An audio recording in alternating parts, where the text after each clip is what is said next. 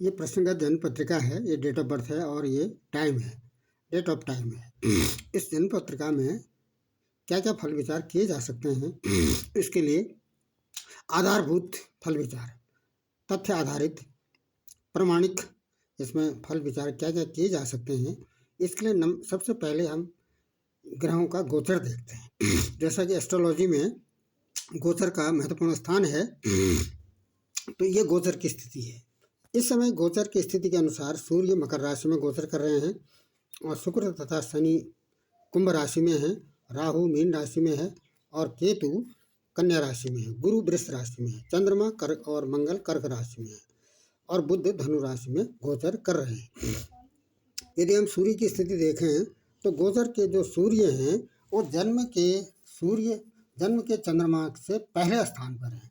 तो क्या होगा, इसमें उदर रोग होगा, शरीर में पीड़ा होगी और मानसिक व्यथा और मित्र तथा स्वजनों से मनमुटाव की स्थिति बनती है। चंद्रमा, जन्म के चंद्रमा से, ये जन्म के चंद्रमा है, जन्म के चंद्रमा से गोचर के चंद्रमा कौन से स्थान पर है? 7वें स्थान पर है।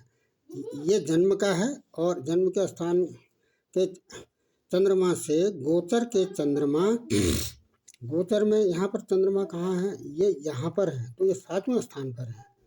गोचर के जन्म के चंद्रमा से गोचर के चंद्रमा जब 7वें स्थान पर होते हैं तो धन और वाहन तथा ख्याति प्राप्त होती है, शरीर स्वस्थ रहता है और शांति बनी रहती है।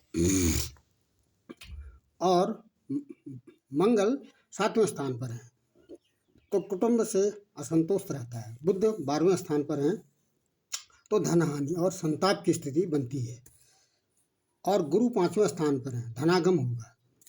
शुक्र दूसरे स्थान पर है, ये भी धनागम देंगे। और शनि भी दूसरे स्थान पर हो गए, वो गोचर कर रहे हैं, तो कलेश है और बैर है और इसमें धन हानि की स्थिति बनती है, व्यय की स्थिति बनती है। एक आधार ग्रह गोचर का है। दूसरा आधार है शनि को यदि हम देखते हैं तो क्या शनि 7.5 में है?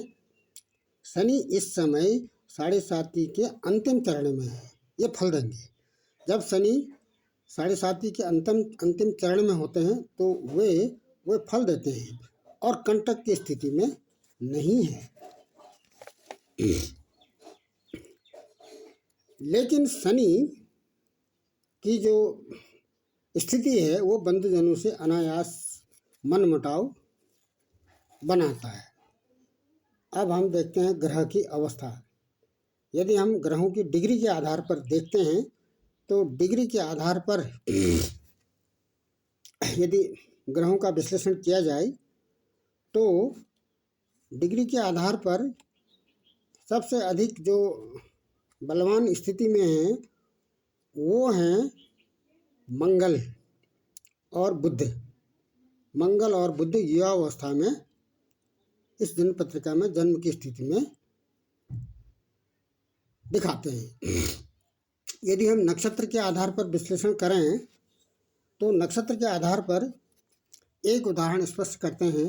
ये सूर्य का जो नक्षत्र है वो सदविषा नक्षत्र है जो 24वें नंबर इसका बनता है और सूर्य की संख्या 1 है और सूर्य की डिग्री 12 डिग्री है। ये राउंड फिगर में 12 है।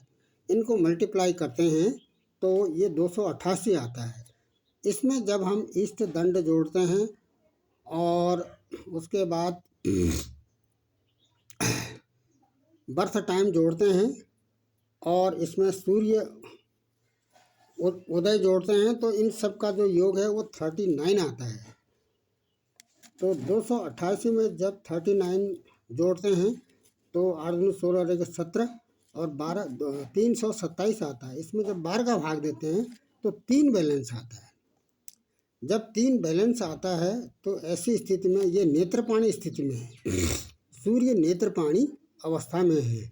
क्या होगा, इसमें आनंदमय जीवन व्यतीत होगा। अभी होगा या नहीं होगा इसका जो फल है ये दृष्ट फल है, अल्प रहेगा, अल्प आनंद की स्थिति बनेगी। और इस प्रकार से यदि हम महादशा देखते हैं तो इस समय गुरु की महादशा चल रही है और चंद्रमा की अंतर्दशा चल रही है। और जो 4 अगस्त 25 तक चंद्रमा की अंतर्दशा चलेगी। उसके बाद 10 जुलाई 26 तक मंगल की चलेगी। उसके बाद 4 दिसंबर 28 तक राहु की चलेगी। तो इस वर्तमान समय में ये 2025 चल रहा है, तो यहाँ पर गुरु की महादशा और चंद्रमा की अंतर्दशा है। और चंद्रमा किस स्थिति में है, इसी विधि से यदि चंद्रमा की अवस्था को यदि हम कैलकुलेट करते हैं तो चंद्रमा सभावस्था में है, धन भूमि वाहन दंगे। अभी दंगे नहीं देंगे, इनका जो फल है यह विचेष्टा में है, विचेष्टा में नहीं के बराबर फल देते हैं। चंद्रमा के बाद जल्दी से मंगल किस अवस्था में है, मंगल भी नेत्रपाणी अवस्था में है। और बुध किस अवस्था में, कौतुक अवस्था में। कौतुक अवस्था अच्छी मानी जाती है, इसमें राजयोग बनता है। और गुरु किस अवस्था में है, गुरु भी नेत्रपाणी अवस्था में है। और गुरु के बाद शुक्र को यदि हम नक्षत्रों के आधार पर इसका कैलकुलेशन करते हैं तो शुक्र शयन अवस्था में है, यह दुख को प्रदर्शित करता है। और शनि किस अवस्था में है, शनि की जो फल है वो विचेष्टा में है, लेकिन शनि जो फल देंगे वह 3 का फल देते हैं।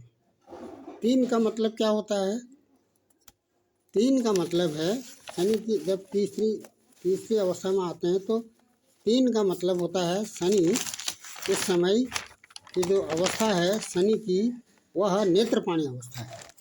तो इस जन्म पत्रिका में अधिकांश जो ग्रह हैं वो नेत्रपाणी अवस्था में हैं या कौतुक अवस्था में है। ये अवस्था का विश्लेषण। उसके बाद यदि हम ये गोचर की बातें हो गई हैं और ग्रहों की अवस्था की बातें हो गई हैं। अवस्था के आधार पर यदि हम इसका सारांश देखते हैं तो अधिकांश ग्रह नेत्रपाणी अवस्था में हैं, जो शुभ कारक है। उसके बाद इस जन्म पत्रिका में क्या कोई ग्रह पुष्कर नवांश में है? इस जन्म पत्रिका में केवल शनि पुष्कर नवांश में बनता है। जब कोई ग्रह पुष्कर नवांश में होता है तो वह उसकी दशा और अंतर्दशा जब भी आती है तो वह शुभ कारक फल देता है। इस जन्म पत्रिका के लिए गुरु मारक है और शनि कारक है। क्योंकि शनि बाधक भी हैं, लेकिन ये कारक हैं, इसलिए ये बाधक का जो इन पर बाधक का दोष है वो नहीं रहेगा। कारक ही इसमें शनि को कारक ही माना जाएगा। क्यों? क्योंकि शनि की एक राशि केंद्र में है और दूसरी राशि त्रिकोण में है। जब किसी ग्रह की एक राशि केंद्र में हो और दूसरी राशि त्रिकोण में होती है तो वह ऐसा ग्रह कारक माना जाता है। बाधक का मतलब है बाधा उत्पन्न करने वाला, और मारक का मतलब है शरीर में कष्ट देना। यदि यहाँ पर योग देखते हैं तो इस जन्म पत्रिका में योग जो बनता है वह योग पारिजात योग बनता है। क्यों? क्योंकि जन्म के पारिजात योग में जो लग्नेश हैं, लग्नेश शनि की राशि में है।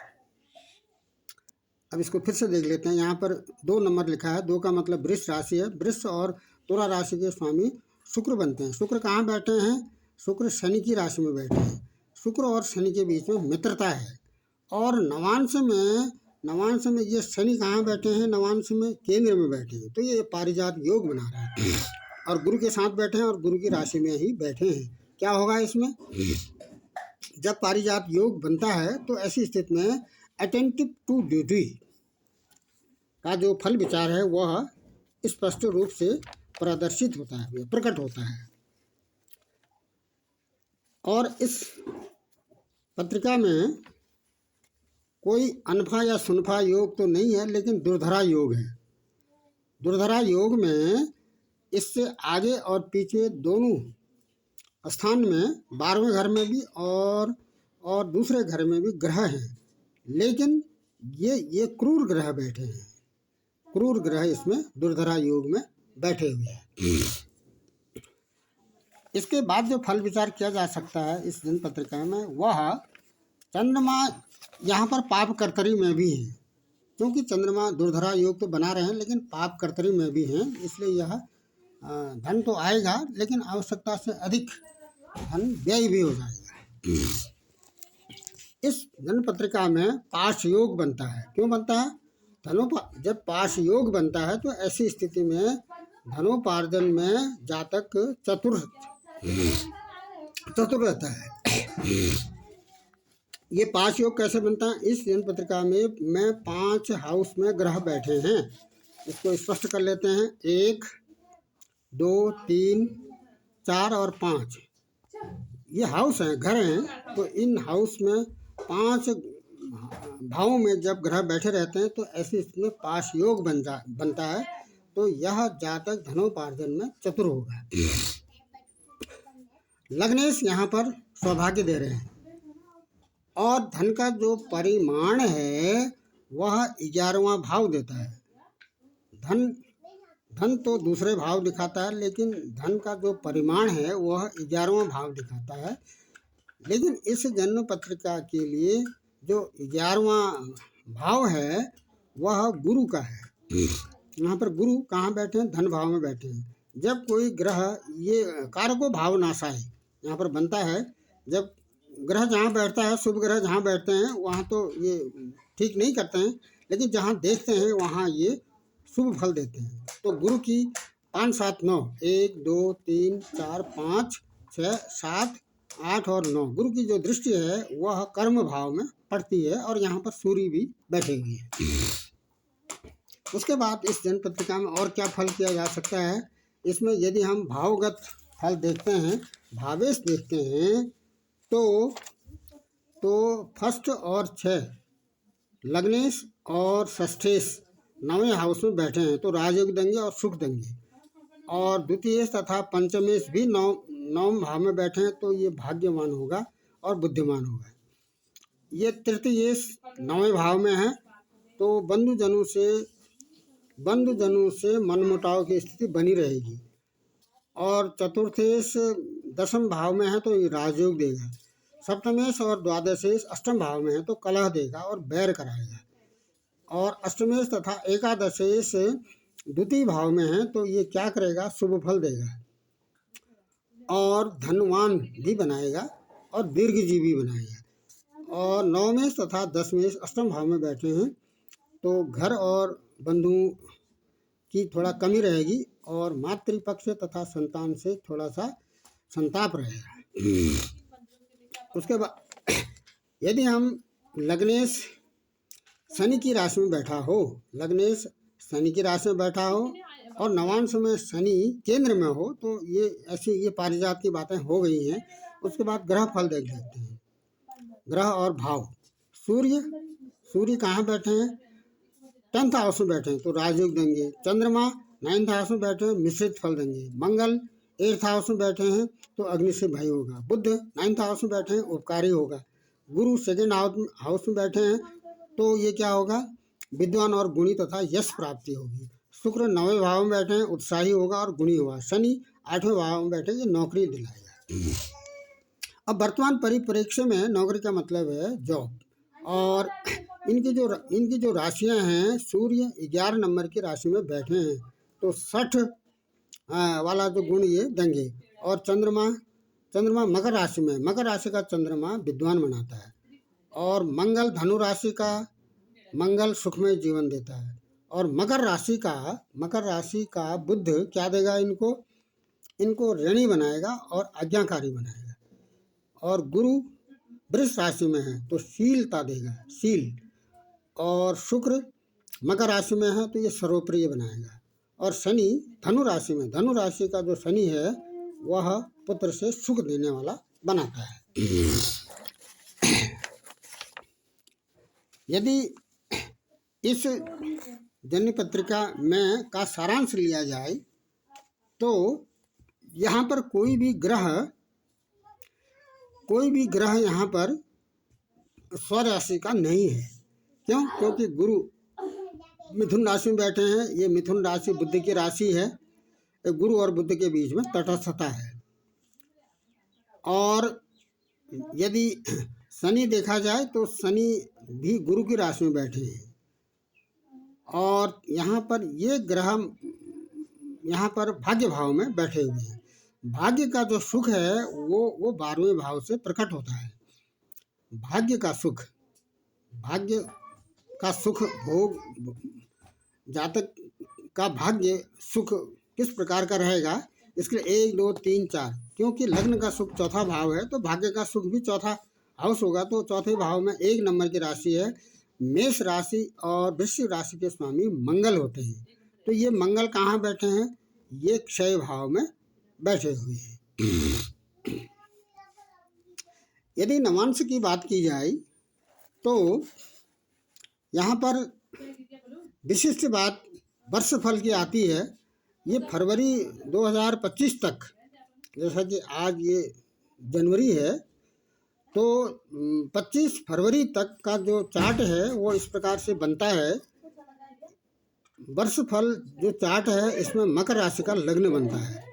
तो मंगल और शुक्र इसमें लग्न में बैठे हैं, बाकी में केतु बैठे हैं। तो ये क्या कराएगा? You are going towards better job. ये वाक्य इनके वर्षफल में लिखा जा सकता है। You are going towards better job. You are going to better job. ठीक ठाक जॉब की ओर जाने का एक ये रास्ता इस समय फरवरी 25 तक ये बनता है।